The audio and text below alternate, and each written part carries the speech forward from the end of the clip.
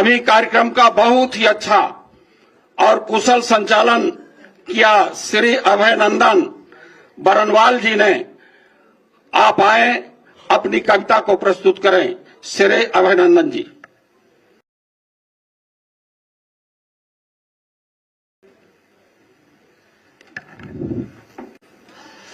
Media के आए हुए सभी लोगों का मैं हार्दिक अभिनंदन वंदन करता हूं, नमन करता हूं, स्वागत करता हूं। जो कविता के लिए आदेश हो रहा है उससे पहले मैं मीडिया से कुछ कहना चाहता हूं। न तीर निकालो, न तीर निकालो, न तलवार निकालो, तोप मुकाबिल है अखबार निकालो।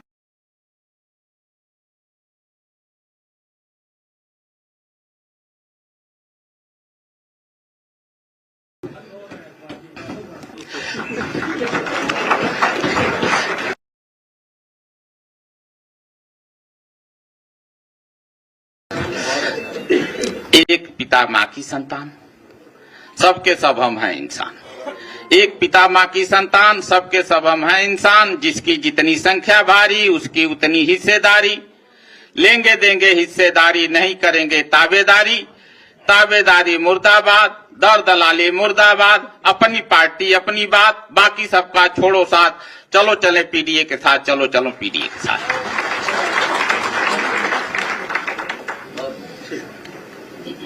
धन्यवाद। माननीय राष्ट्रीय अध्यक्ष जी। मैं अपने प्रेस के साथियों का धन्यवाद देता हूं। हम और आप लोग लगातार मिल रहे हैं और लगभग देख रहा हूं मैं, जो जहां बैठता है वैसे ही बैठ जाता है। मैंने तो किसी के चिन्हित नहीं की सीट, लेकिन लगभग वैसे ही बैठे ही दिखाई दे रहे हैं मुझे आप लोग। हाँ। मैं सबसे पहले महेंद्र राजभर जी और उनके सभी पदाधिकारी, उनके संगठन से जुड़े हुए सभी सदस्यों का भी आज समाजवादी पार्टी के कार्यालय में लोहिया सभागार में बहुत बहुत स्वागत और बहुत बहुत धन्यवाद देना चाहता हूं। सुहेलदेव सम्मान स्वाभिमान पार्टी के हमारे सभी साथी जो उन्होंने सुझाव और राय दी हैं, हम लोग सब मिलकर के काम करेंगे। आज के दिन हम सब जब लोग एक साथ बैठे हैं तो जनगणना की जो बहुत पुरानी मांग थी कि जातियों को गिना जाए, जाति के आधार पर आरक्षण हो, सबका हक मिले, सबको बराबरी से उनकी आबादी के हिसाब से हक और सम्मान मिल जाए। मुझे खुशी है इस बात की कि आज महाराजा सुहेलदेव सम्मान स्वाभिमान पार्टी के लोग भी इस पक्ष में हैं कि जाति गणना हो और आबादी के हिसाब से उन्हें भी हक और सम्मान मिल जाए। इस लड़ाई में जहां पीडीए के लोगों का साथ दे रहे हैं, मैं एक बार फिर उन सब का बहुत बहुत धन्यवाद और आभार प्रकट करूंगा। इन्होंने बहुत सारे सुझाव दिए हैं। उन सुझावों में कुछ सुझाव मैं कह सकता हूं, फिर आप जो पूछना चाहेंगे पूछिएगा। इनका सबसे पहला सुझाव ये है और इनकी मांग है कि वीर योद्धा महाराजा सुहेलदेव महाराज की कोई प्रतिमा यहां पर राजधानी में सबसे महत्वपूर्ण जगह लगे। मैंने इनके समाज के लोगों को आश्वासन दिया है कि समाजवादी सरकार बनेगी तो यही देश का सबसे सुंदर रिवर फ्रंट है, इसी पर महाराजा सुहेलदेव जी की प्रतिमा लगवाने का काम हम समाजवादी लोग करेंगे। प्रतिमा के साथ साथ उनका शौर्य, उनकी बहादुरी, जिस तरह के वो योद्धा थे, जो उनके हाथ में तलवार होगी, वो तलवार भी सोने के साथ चमकती हुई दिखाई देगी। वो अगर अष्ट धातु या सोने को मिलाकर के बनानी पड़ेगी तो महाराजा सुहेलदेव जी की तलवार यहां पर चमकेगी राजधानी में रिवर फ्रंट पर जो सबसे सुंदर और सबसे कीमती जगह है।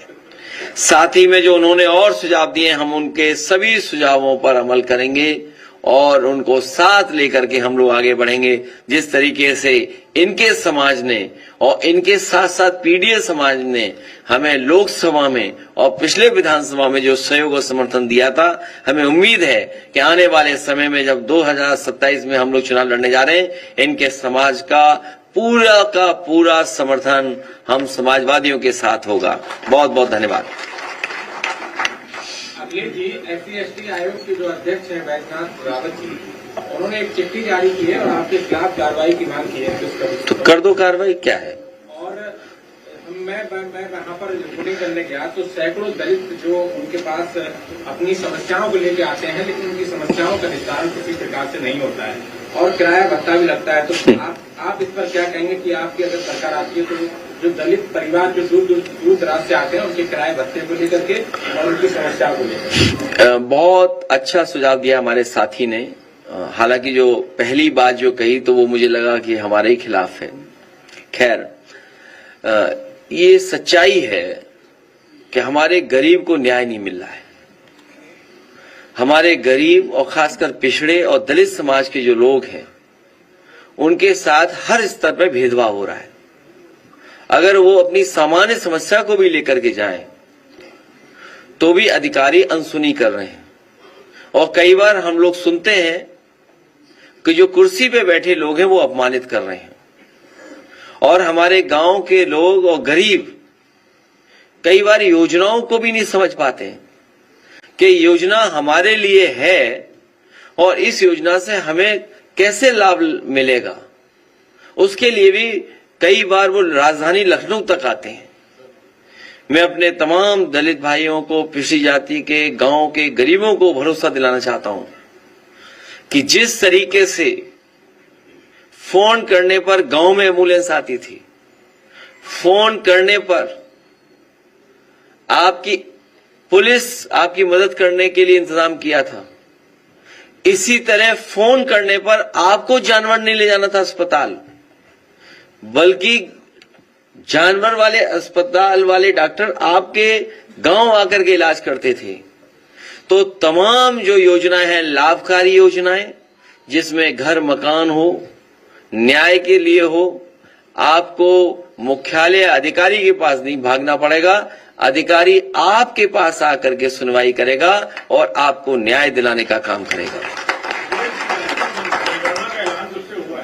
भाजपा के सारे नेता इसे मास्टर स्ट्रोक बता रहे हैं। अभी मैं कुछ सेकंड का मास्टर वीडियो आपको दिखाता हूं। कहेंगे मास्टर वीडियो दिखाइए, चमत्कारी वीडियो दिखाइए। अभी रुक जाओ, अभी तब मत भागो, रुक जाओ। पहले मोदी जी के नेतृत्व में लाइट बंद करो तब दिखाओ। वेलफेयर की स्कीम सबका साथ और सबके विकास की भावना के साथ आगे बढ़ रही है। ये केवल जब मोदी जी के नेतृत्व में वेलफेयर की स्कीम सबका साथ और सबके विकास की भावना के साथ आगे बढ़ रही है, तब बांटने वाले लोग फिर जातीय आधार पर, क्षेत्र और भाषाई आधार पर बांटने की कुछ चेष्टा कर रहे हैं। भारत को और सनातन धर्मावलंबियों को खास तौर पर इससे सावधान रहना होगा। अब ये किससे सावधान रहेंगे? आप सोचिए ना, अब किससे सावधान रहेंगे? ये सच्चाई है कि हम सब लोग, पीडीए परिवार के लोग और देश की 90% आबादी इस जनगणना के पक्ष में, जातीय जनगणना के पक्ष में। ये पहला कदम है, ये पहला कदम है। इसके बाद हम सबको अपनी आबादी के हिसाब से हक और सम्मान मिल जाए, यही हमारे बाबा साहब भीमराव अम्बेडकर जी का सपना था, यही हमारे संविधान की प्रस्तावना है। हमें उम्मीद है कि जितना हम लोग आगे बढ़े हैं, मिलजुल करके एक साथ पीडीए के साथ खड़े हुए हैं, आने वाले समय में उसमें भी हम लोग कामयाब होंगे। हम सबको हाउस अरेस्ट कर दो, तब भी जनता इनको हटा देगी। और हाउस अरेस्ट तो उनको करना चाहिए जो टायर खोल करके टायर फेंक रहे थे, जो टायर खोल ले गए थे बुलडोजर का। सुनने में आया कि वो टायर बुलडोजर के भी थे, जो टायर फेंके गए थे, जो टायर खोल ले गए थे, वो बुलडोजर के भी टायर थे। और सोचिए, ठेंगा दिखा रहे हैं वो लोग कानून व्यवस्था को। इससे ज्यादा खराब बात और क्या हो सकती है जो नारा दे रहे हैं जीरो टॉलरेंस का।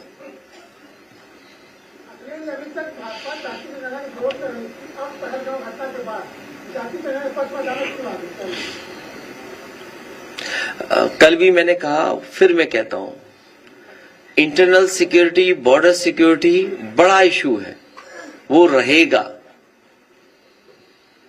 जाति जनगणना एक बहुत लंबी लड़ाई के बाद हम लोग यहां पहुंचे और अभी बहुत लंबी लड़ाई लड़नी पड़ेगी, तब हक और सम्मान मिलेगा।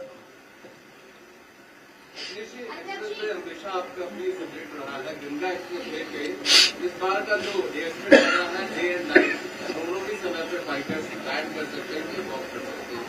इस उपलब्धि को लेकर के आप क्या, रात और दिन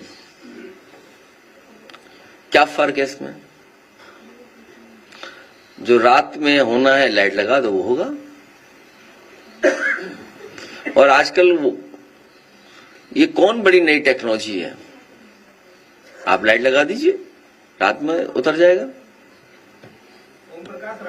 यहां तो दिन में नहीं उतर रहे हैं 11 बजे के बाद हवाई जहाज बंद, फिर नहीं उतरते। तो ये कोई नई टेक्नोलॉजी नहीं है, ये समाजवादियों ने जो विजन दिया था। मुझे खुशी है इस बात की कि समाजवादियों के विजन पे ही आगे ये सरकार और ये पार्टी बढ़ रही है। हमें समाजवादियों की इस बात के लिए गर्व है कि सबसे पहले डिफेंस के लिए और एयरफोर्स के लिए वो इंफ्रास्ट्रक्चर क्रिएट किया। इमरजेंसी के समय पर अगर आपके हाईवे को इस्तेमाल करना चाहेंगे तो हाईवे इस्तेमाल हो जाएगा, और हाईवे में ट्रैफिक भी चलता रहे, वो व्यवस्था की थी। और उसी को अपना करके अब आगे बढ़ा रहे हैं। लेकिन ये जो सड़क बनाने के मॉडल हैं, हाइब्रिड मॉडल, जो लोग हाईवे, एक्सप्रेसवे बना रहे हैं, जिस मॉडल से बना रहे हैं, हम लोग भी उसी मॉडल से बनाएंगे। ओम प्रकाश राजभर जी ने कहा है कि ब्राह्मण के लड़के को 100 रुपया दो तो मिठाई खरीदेगा, लेकिन राजभर का लड़का नकली कट्टा खरीदेगा। भाई उनको मत बताना कि तुमने ये सवाल पूछा, नहीं तुम्हें एक भजन सुना देंगे या कोई श्लोक सुना देंगे आपको।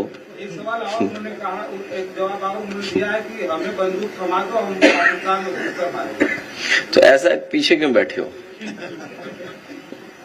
आगे जाओ, जाना चाहिए। ऐसे लोग जो बहादुर लोग हैं, इनको सबसे पहले आगे भेजना चाहिए, और उसके बाद महेंद्र राजभर अपना सब संभाल लेंगे।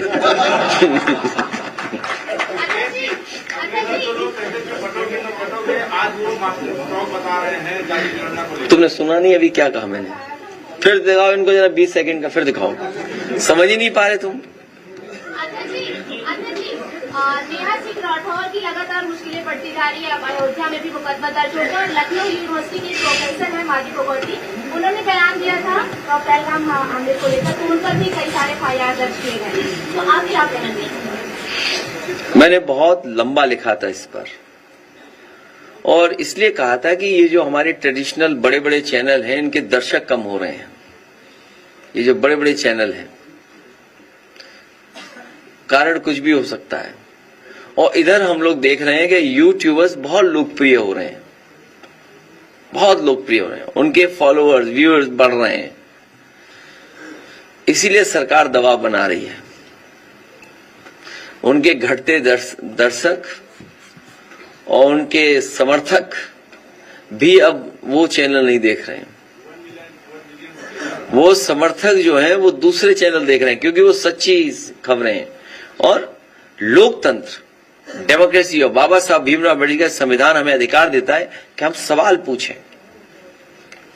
अगर हम सवाल पूछते हैं तो सरकार घबरा क्यों रही है? फिर प्ले कराइए, इनका जवाब है इसमें, आखिर में जवाब दिया उन्होंने। ये केवल जब मोदी जी के नेतृत्व में वेलफेयर की स्कीम सबका साथ और सबके विकास की भावना के साथ आगे बढ़ रही है, तब बांटने वाले लोग फिर जातीय आधार पर, क्षेत्र और भाषाई आधार पर बांटने की कुछ चेष्टा कर रहे हैं। भारत को और सनातन धर्मावलंबियों को खास तौर पर इससे सावधान रहना होगा। अब किसको किससे सावधान रहना, समझ लो। अम्बेडकर जी की लगातार प्रतिमाएं तोड़ी जा रही हैं। अप्रैल के महीने में जहां उनकी जयंती मनाई जाती है, दर्जनों प्रतिमाएं तोड़ी गई थी उत्तर प्रदेश में, लेकिन SC/ST आयोग के ब्रजेश बैजनाथ रावत जी ने एक भी लेटर जारी नहीं किया। क्योंकि वही हो सकता है और सरकार मिलकर के तोड़वा रही हो, सरकार मिलकर के तोड़वा रही है। आयोग की जिम्मेदारी है ऐसे लोगों पर कार्रवाई करें, ऐसे लोगों की सूचना पुलिस को दें जिससे ऐसे लोगों के खिलाफ कार्रवाई हो सके। लेकिन जब सरकार के इशारे पे ही सब काम होगा और सरकार के लोग ही अपमानित करेंगे तो कार्रवाई किस पे होगी?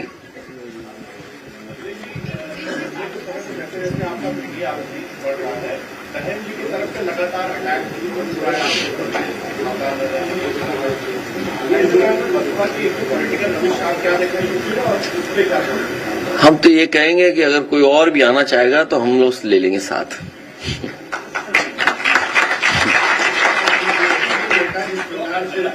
आपके साथ रहेंगे। राहुल जी आया है जातिगत जनगणना के बाद कि हमारा लक्ष्य था, हमने प्राप्त किया, अगला लक्ष्य होगा कि आरक्षण की सीमा बढ़ाई जाए। तो बहन जी आपके साथ, मतलब आपकी ओर से ऑफर आज समझ में आ रहा है, राहुल जी भी है उस ऑफर को? न पहले हम उलझे थे, न अभी कोई फंसा सकता हम लोगों को। इंडिया गठबंधन आगे बढ़ेगा।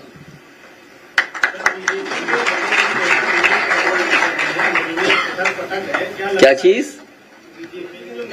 दिल्ली का लगातार दौरा कर रहे हैं, क्या लगता है 2027 तक नगर निगम में फैसला कर पाएंगे? नहीं, तुम गलत सवाल पूछ रहे हो। तुम्हें ये सवाल पूछना चाहिए कि उत्तर प्रदेश में भी क्या हम लोग एक जिला कोई नागपुर बना दें?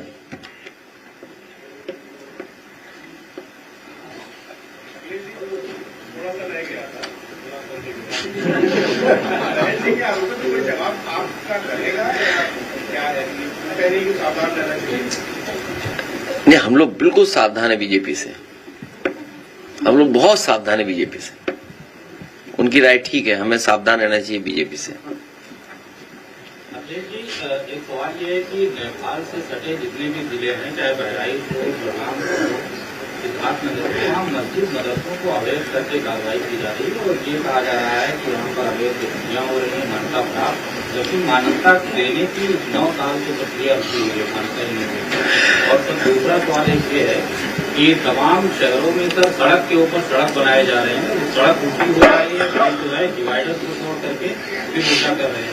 ऐसे में बरसात के मौसम में लोगों के घरों में पानी भर जा रहा है और उसकी राजस्व का भी बड़ा नुकसान होता है। तो ये सड़क बनाने की कोई प्रक्रिया होती है या उल्टा करके इसको पहाड़ बना सकती है? पहला सवाल बहुत सीरियस है और बहुत महत्वपूर्ण है, क्योंकि जिस तरह का सरकार का व्यवहार है, जो आसमान में तलवार घुमाए उन पे कोई कार्रवाई नहीं, वो जान को मारने की धमकी दें उसके लिए कोई कार्रवाई नहीं। अगर हम पीड़ित दुखी परिवारों से मिलना चाहें, राजीव लाल सुमन जी हमारे जा रहे थे मिलने, आप मिलने नहीं देना चाहते हो। और जब से कम्युनल पॉलिटिक्स को खत्म किया है समाजवादियों ने और इंडिया गठबंधन से, और जिस तरह का भारतीय जनता पार्टी का लगातार वोट का ग्राफ नीचे जा रहा है, उससे वो घबराए हुए हैं। वो अपने समर्थकों को, कट्टर समर्थकों को एकजुट रखने के लिए कभी मदरसों पे कार्रवाई, कभी माइनॉरिटीज पे कार्रवाई, कभी वक्फ बिल लाना, ये जो नफरत की राजनीति वो अपने वोट को संभालने के लिए कर रहे हैं। नक्शा पास है कि नहीं है, ये पुलिस का काम नहीं है। आखिरकार बनने किसने दिया, बन कैसे गया? अगर नक्शा पास नहीं तो एक व्यवस्था है कि वो नक्शा पास कराएंगे, कंपाउंडिंग है, बहुत सारे तरीके हैं, लेकिन क्योंकि उन्हें चिन्हित किए हैं, मैं आपसे कह रहा हूं कि सबसे ज्यादा इलीगल हाउसेस अगर किसी के तो भारतीय जनता पार्टी के इलीगल हाउसेस और इलीगल कंस्ट्रक्शन अगर किसी ने किया, जमीनें सबसे ज्यादा रजिस्ट्रियां किसने कराई? भारतीय जनता पार्टी के लोगों ने। आप देखिए कि अधिकारी का ईमान देखिए, एक अधिकारी का ईमान कितना अच्छा, हमने तो अखबार में पढ़ा कि उसने अपने नाम पर एक भी फ्लैट नहीं रखा। एक अधिकारी लापता है, अंडरग्राउंड है, वो मुख्यमंत्री आवास में है। तो ये जो कम्युनल पॉलिटिक्स खत्म हुई है, समाजवादियों ने और पीडीए ने कम्युनल पॉलिटिक्स खत्म की, इसलिए ये जानबूझ करके अन्याय कर रहे हैं। दूसरा सवाल जो आपने कहा कि सड़क के ऊपर सड़क ये भ्रष्टाचार का रास्ता है, ये जो अर्बन प्लानिंग है, ये भारतीय जनता पार्टी के लोग जानबूझ करके पैसा कमाने के लिए बस सड़क के ऊपर सड़क बना दे रहे हैं। पानी कहां जाएगा पता नहीं, लेकिन हमें ये पता है कि अभी एक पत्रकार वार्ता में एक बड़े चैनल के उसमें मैं गया था, मैंने उनसे रिक्वेस्ट की है कि एक फ्लोटिंग शिखर सम्मेलन करिए। गोरखपुर से अच्छी जगह कोई नहीं हो सकती।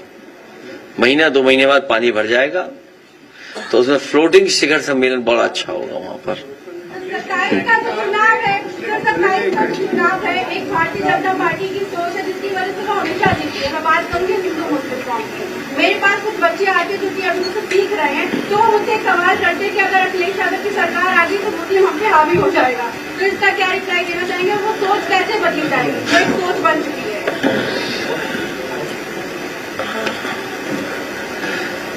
वो हावी हैं जो ऐंठ के बोल रहे हैं, वो सब पे हावी हैं, इसका कोई जवाब नहीं है। ये भारतीय जनता पार्टी का प्रोपेगेंडा है, प्रोपेगेंडा चलता है भारतीय जनता पार्टी का।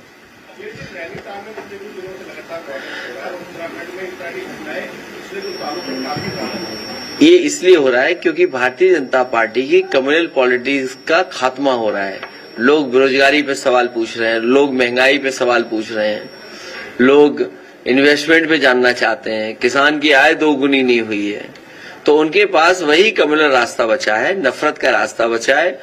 इसीलिए जानबूझ करके प्रोपेगेंडा भी यही करते हैं वो, और लोगों को गुमराह भी यही करते हैं। जो नैनीताल में हो रहा है वो इस सोच की वजह से हो रहा है, जहां यहां से सवाल आया था। हिटलर के जमाने में केवल एक प्रोपेगेंडा अधिकारी होता था, मिनिस्टर। ये तो सरकार पूरा झूठा प्रोपेगेंडा करती है, पूरा का पूरा।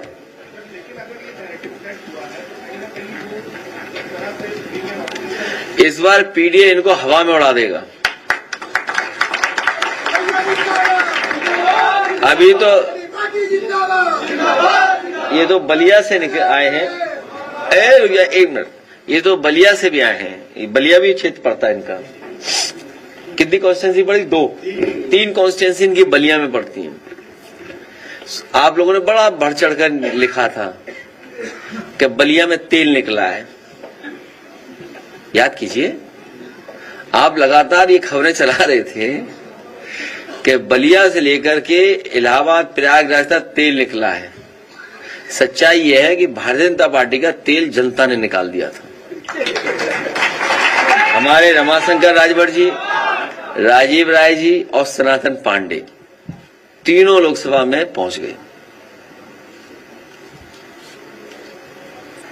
सपा विधायक अबू आजमी साहब का एक बयान आया है, उन्होंने कहा है कि धर्म के ऊपर हमारा तो आतंकवादी है, आप मुसलमान के ऊपर हमारा तो आतंकवादी। ये कहीं पहले भी किसी ने लिखा था, ये सोशल मीडिया पे बातें चल रही हैं। सोशल मीडिया पे कंट्रोल करना चाहिए सरकार को, ये जिम्मेदारी सरकार की है। लगातार ये शर्मा आवाज उठाते रहे हैं, लेकिन इससे आरक्षण को एक बड़ा नुकसान होने वाला, तमाम जो नए एस्पिरेंट्स होंगे उनकी आवाज लगातार यही आ रही है। जैसे बिजली चली जाती है, 27 में सरकार चली जाएगी।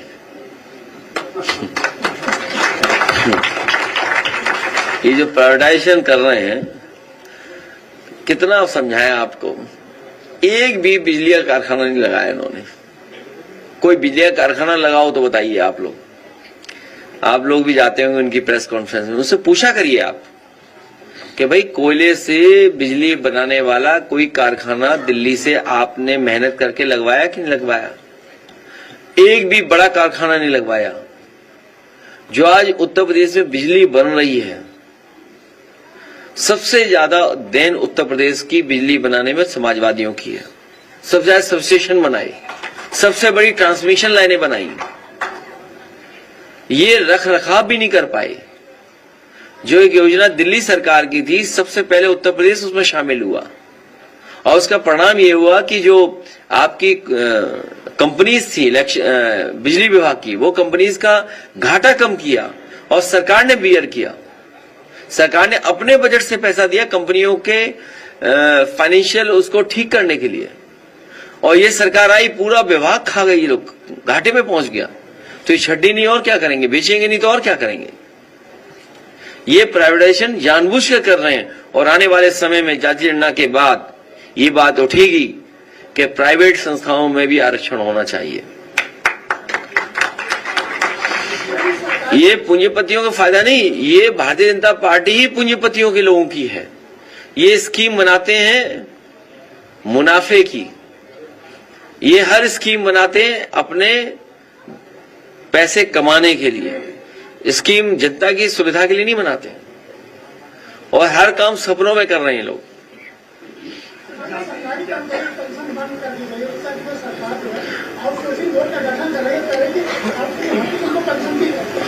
समाजवादी सरकार बनेगी तो ओल्ड पेंशन स्कीम को लागू किया जाएगा, आउटसोर्स को स्टेप बाय स्टेप खत्म किया जाएगा, परमानेंट सरकारी नौकरी दी जाएगी, और अग्निवीर व्यवस्था खत्म हो, उस दिशा में भी काम करेंगे।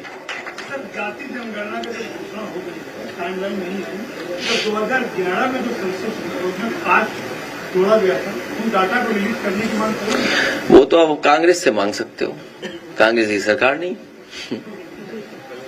अब वो डाटा ये देंगे नहीं, ये तो नया डाटा लाएंगे। इसलिए हमें आपको सावधान भी रहना पड़ेगा।